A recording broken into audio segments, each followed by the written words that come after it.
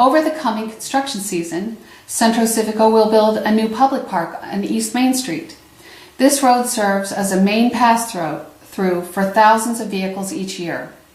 Green recreational enhancements along this corridor, yet another master plan priority, offer great benefits to the neighborhood and the city at large. Through our cooperative relationship with the Amsterdam Mohawks, we hosted over 34,000 visitors to our recently refurbished facility. This marks an unbroken increase in attendance since the club first established itself in Shuttleworth Park in 2003. Lastly, in a small but very grand gesture, BeachNut generously enabled the city to offer swimming lessons to over 100 underprivileged children by offering to pay for equipment, training of staff, and lifeguards at our Veterans Field swimming pool. Over the past 3 years, our talented staff has labored in tandem to bring long stagnant capital projects to fruition. Church Street was finally completed under budget, despite our having to relocate 11 hydrants from out of the middle of sidewalks due to the lack of oversight by the previous administration. The upcoming construction season will see the completion of Bridge Street reconstruction, begun in 2002, the Chalmers building demolition. Feasibility studies and development plans for the site go back over a decade and a half. Riverlink Park Phase 2, begun in 2001, and we will begin a 2-year program to improve the course, drainage, and cart paths at the Amsterdam Municipal Golf Course, identified a decade ago and never acted upon by prior administrations. We will be stripping the flaking asbestos from the underside of Grimm Avenue Bridge, replacing its damaged water lines and rewrapping the pipes. We will be repairing several bridges that had been flagged as unsafe years ago by the Department of Transportation. We will resurface roads around the city, clear what remains of the fire-ravaged Eddie Brush property on Brookside Avenue, and will continue to steadfastly respond to constant water and sewer problems around the city. Please be patient with our departments of Public Works. In all weather, hot, cold, wet, or unbearably dry, this band of 40 men maintains over 80 miles of street, 80 miles of water and sewer lines, over 1,200 hydrants, and hundreds of valves, storm drains, and manhole structures. They do all of our snow plowing and removal to boot. We should appreciate and respect their daily toil every time we turn on a sink or flush the bowl. Asbestos contamination in the basement of City Hall, identified in 2001, was finally remediated. This is a glaring example of ignoring pressing needs, which in turn escalates costs down the line. This project had originally been estimated to cost $70,000. The project cost over $150,000 in 2010 when the situation was finally remedied.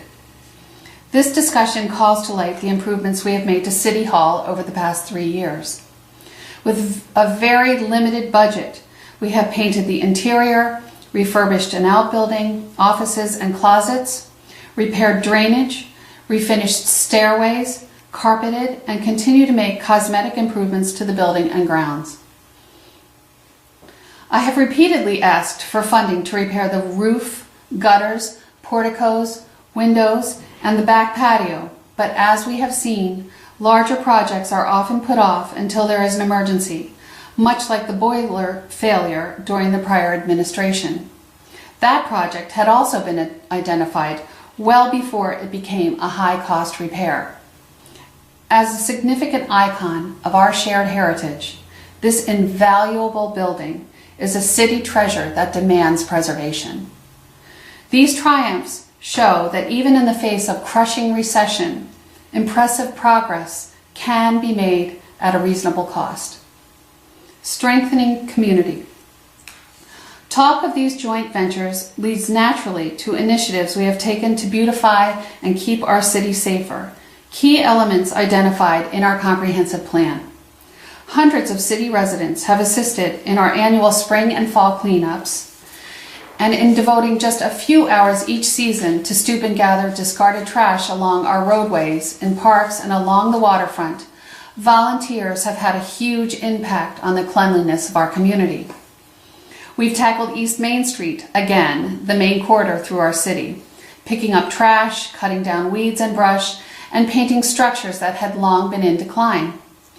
We've sponsored graffiti paint-outs, begun community mural projects, and started a paint bank at City Hall so that residents may donate leftover paint to facilitate these activities. We've started a Windows on Main Street program to clean and decorate storefront windows in empty commercial buildings. We've hosted neighborhood meet and greets, national night out parties, and a tremendously successful Main Street winter mixer to reintroduce residents to our lovely downtown. More events are planned for the coming year. We are incrementally sprucing up the entrances to our city. We've replaced weathered "Welcome to the City of Amsterdam" signage on the northern, western, and eastern entrances to the city. We've cut down trees and brush at our eastern entrance, planting arborvitaes to hide equipment at the DPW facility. We've built a new fountain at our Veterans Memorial Park on the west end and planted over 5,000 tulip and daffodil bulbs all over the city. Our recreational department continually makes enhancements to our amenities every year. Riverlea Park is tended by a park attendant to keep gardens watered and the elevators and bathrooms clean. We greet hundreds of boaters traveling the Erie Canal, host summer concerts every weekend, and feature one of the finest seasonal cafes along the passageway. Veterans Park sports a new softball field. There's additional parking and a new walkway along the creek at Shuttleworth Park, and we're planning to bring back the dam there for fishing and skating.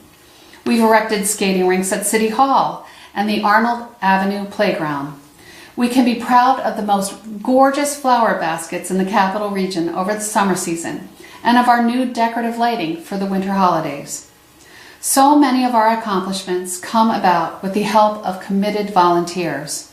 The network of newly formed neighborhood associations that assist in our beautification efforts also work with our police department to reduce crime, solve problems, and improve the quality of life in our city. Several areas with higher incidences of crime have regular watch meetings to exchange information, have established phone trees and written procedures, and have taken part in our police academies to maximize the effectiveness of their efforts. Neighbors have learned how to recognize and report crime and are the eyes and ears of our APD. Because of their assistance, we've been able to swiftly respond to suspicious activity and solve many investigations within a matter of hours. We hope residents will continue to support the efforts of our friends and neighbors to make Amsterdam cleaner, safer, and united. If you'd like to become involved in Neighborhood Watch and/or beautification activities in your part of the city, please call my office and we will put you in touch with a representative in your area. Our neighborhood activities have fostered community stewardship and solidarity in a city of close friends and neighbors. This love and commitment demonstrates the true character of the people of Amsterdam. I am reminded each day why I chose to raise my family in this city and why I continue to stay and fight for its future. Public safety. Having touched on the successes of our police department and Neighborhood Watch, I am led to discuss other advancements made to keep our community safe. Our drinking water will be of the finest quality in our state upon completion of upgrades to our water filtration plant.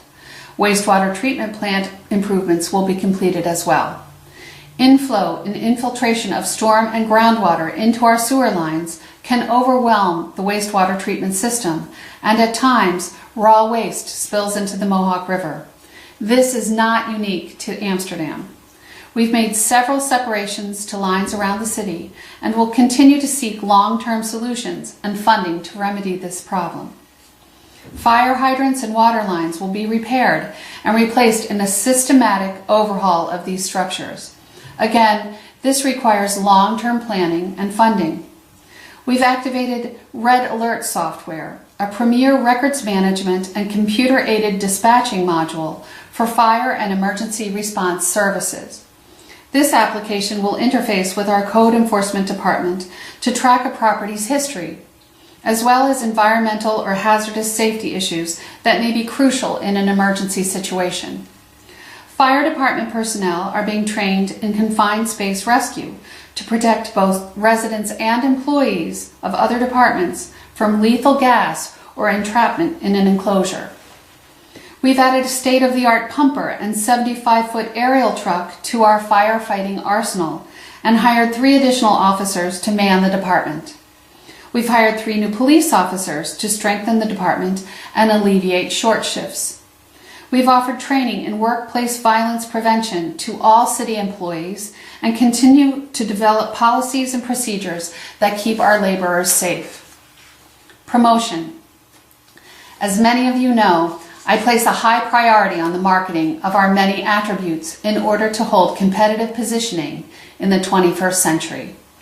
In the highly competitive global arena, we must tout our beauty, location, close community, success stories, and amenities to promote economic growth in Amsterdam.